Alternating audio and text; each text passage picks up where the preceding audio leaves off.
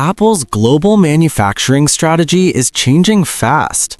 According to new reports, about 25% of all iPhones are now made in India, marking a major shift away from China, which has traditionally been Apple's main production hub.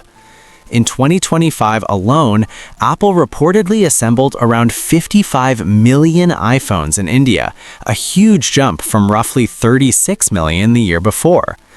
That rapid growth is part of Apple's broader plan to diversify its supply chain and reduce reliance on Chinese factories. Several factors are driving the shift.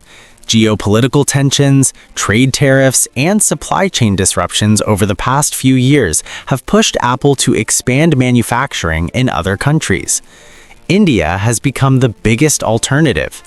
Major Apple partners like Foxconn and Tata now operate multiple iPhone assembly plants in the country, and more factories are already being built.